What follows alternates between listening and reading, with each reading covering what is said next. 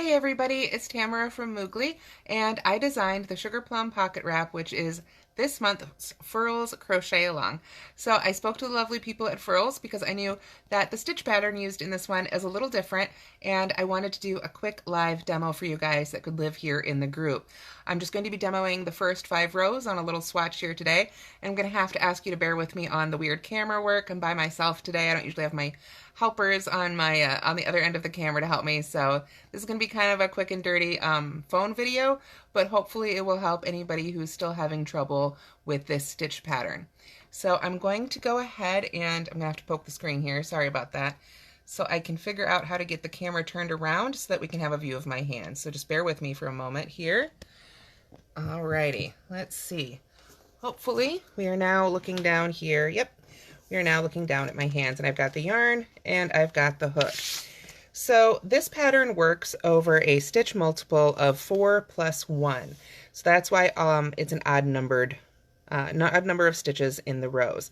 So to begin with, row 1 is just foundation double crochet.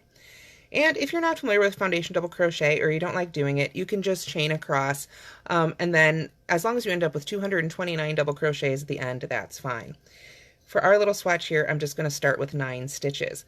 So the way I like to make foundation double crochets is I start with 2 chains, then I yarn over, go under that back hump of the first chain I made, yarn over again and pull up my loop, and then that loop that I just pulled up right there is going to be the chain at the bottom of our first double crochet. So I yarn over and pull through just that chain, and now I can finish it by yarning over and pulling through 2, and then yarning over and pulling through 2. So that's the first double crochet of the row, and if you'd like, you can put a stitch marker in there. Now you would need to make 228 more, so to make the rest of them, I yarn over and I go under the 2 loops at the bottom of the previous stitch. Remember when I said we'd pulled up that loop, it was going to make the chain? There's that chain at the bottom of our first stitch. So we yarn over and pull up a loop. Now we've got the chain at the bottom of our second stitch, so we can yarn over and pull through 1, and then to finish it, yarn over and pull through 2, and yarn over and pull through 2.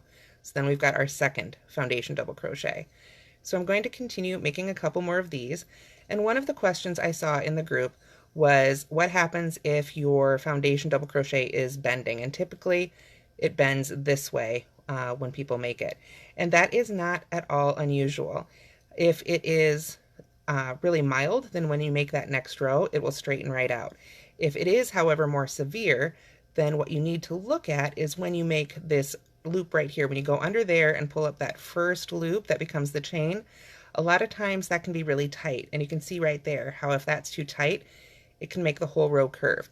So if you just take your time and pull that first loop up a little higher, so it's the same height as the rest, before you yarn over and pull through it to begin the double crochet portion, then that will help with that curve quite a bit as well.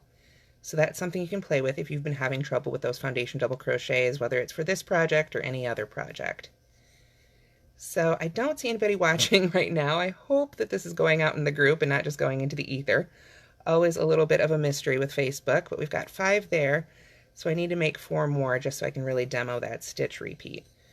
So I'm going to continue making these. I do hope you guys enjoy this crochet along. I know that I really love this stitch pattern, although it is pretty unusual. It's kind of a combo I came up with myself that I really like the look of. It does look good from both sides, so if you prefer the look of the other side, the side that I've designated as the wrong side, you can flip it over. Absolutely, it's totally up to you. So we've got 1, 2, 3, 4, 5, 6, 7, 8. I need 1 more so that I can really demo that stitch repeat here. So I will get that 9th double crochet made there. There we are. And then we can pretend that is our 229 stitches for row 1.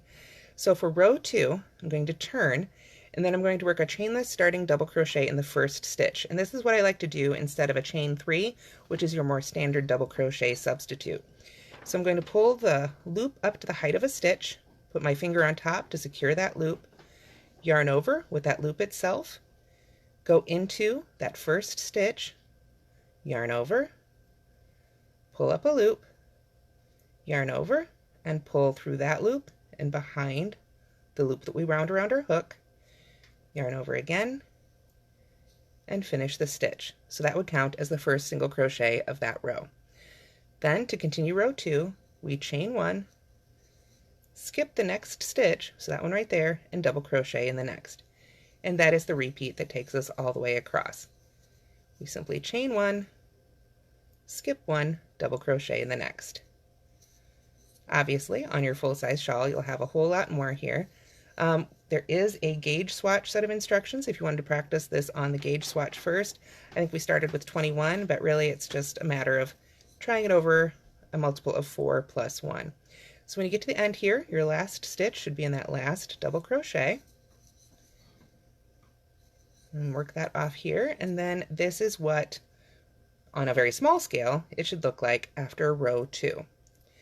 So to make row 3, what we want to do is turn again and put our chainless starting double crochet in that first stitch. Again, if you don't like this stitch or you have another chain 3 substitute, double crochet substitute that you like to use, there are a few floating out there, so you can absolutely use whichever one most appeals to you. Get that stitch worked off there. All right, and now we're ready to continue. So the next thing we do is double crochet in the next chain. So right there, go right into that chain, and then we begin the repeat with the asterisk. Front post double crochet around the next double crochet, and then double crochet in the next chain. Simple 2-stitch repeat. To make that front post double crochet, we yarn over, go right around that post of that next double crochet, which is nice and easy because we've got all this space. Yarn over, pull that loop up and around, yarn over again, pull through 2, yarn over, and pull through 2. Just like that, you can see how it's worked around the post, so it is a front post double crochet. Then we yarn over and double crochet in the next chain. And we just continue that all the way across. Another front post double crochet around this stitch, and then another double crochet in the chain following. So I really, really hope that this is actually going out. If not, hopefully it's being recorded into the group and one of the admins will be able to send it live for us. So there's a double crochet in the chain. We've got another double crochet front post around this stitch, and another double crochet in that chain. And then we've come to that very last stitch. I need to pull up a little bit more yarn from my skein here. We've got that very last stitch right there. So in the very last stitch, we simply double crochet. So got to get under those top 2 loops of our chainless starting double crochet, just as like we would in any other double crochet stitch. You can use a stitch marker in there at the end, or rather the beginning of every row if you like. I do like to do that with mini patterns.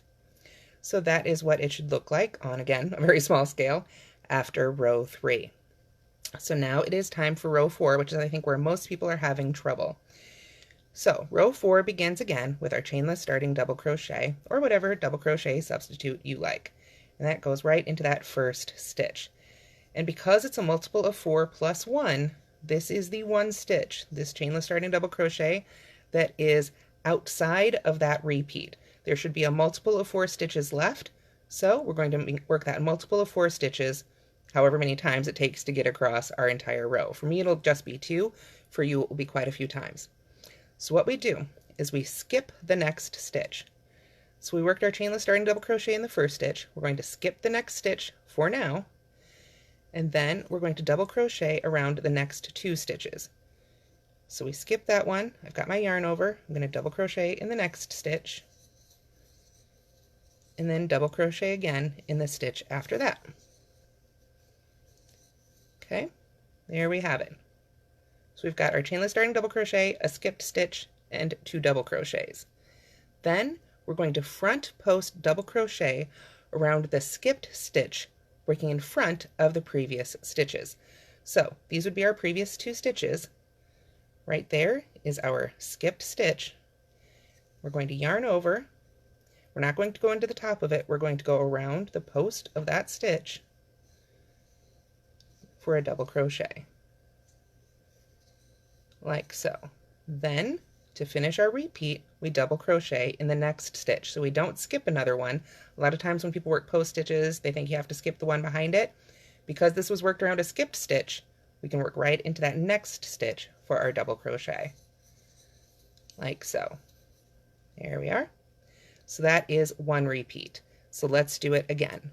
We are going to start by skipping the next stitch, then we double crochet in the next 2 stitches. So there's 1 and 2. And if you worked all the way across, you should notice there's just 1 stitch left there at the end. We're not going to work into it yet though. We're going to do the front post double crochet around that skipped stitch. So you can kind of pull your work apart, see the top of that skipped stitch there, find the post that it's a part of, and go from front to back and pop up again right around that post. Sometimes you can get a little caught on there, so pull it through, yarn over, pull through 2, yarn over, and pull through 2. So then to finish off our repeat, we just have that double crochet in the next stitch, and on our little swatch that's already our last stitch. So that is exactly how row 4 should end. So I will finish that up and pull it up here, and that is what it looks like at the end of row 4. So the only thing left to do is row 5, and then we have our repeat that will take you through the rest of the pattern, which is, I believe, around, rows 2 through 5. So I've turned my work. I want to work a chainless starting double crochet in the first stitch, just as before. And then I'm going to front post double crochet around each remaining stitch until just 1 stitch remains, and then double crochet in that last stitch. So when you're making these front post double crochets, you want to make sure that you also work around those post stitches that you worked that way. So you can really follow those stitches across the top to make sure that you're working around each one.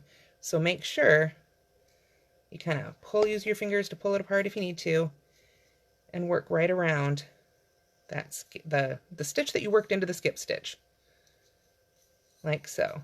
And then you can just continue on across into those around those double crochets as you work across here. And then, like I say, just take your time, kind of pull it apart to say, okay, this is where the next one is.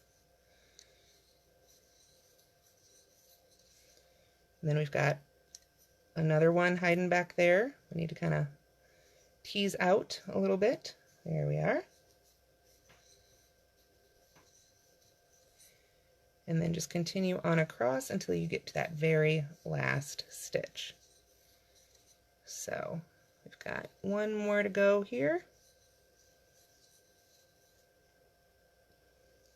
So once you get to that very last stitch of the row, then it's not a post stitch. We're just going to work a standard double crochet right in that last stitch. There we go. So this is what it should look like at the end of row 5. This is officially the wrong side, but some people have said they like the look of this side better, so you can make that the right side if you want. But this is what it looks like from what I would call the right side. We've got lots of texture. Those front post stitches on the other side have really pushed those ridges forward, and it's just created a lot of fun texture and movement in this yarn. And in particular with this yarn, it created some really great stripes inside the pattern as well. Once again, the yarn I used was Yarn Inspirations Caron Cakes. It was one of the lovely layers collections you can see right here, but as long as it is a medium 4 weight, you should have pretty good luck with this pattern, especially since it's not a garment. It doesn't need to be a particular size as such. It's a nice big oversized wrap, so it should fit just about everybody. So basically, I'm going to try and sit down here without having to look too far up my nose. Sorry about that, everybody. Yeah, so I hope that this will help you guys make this pattern.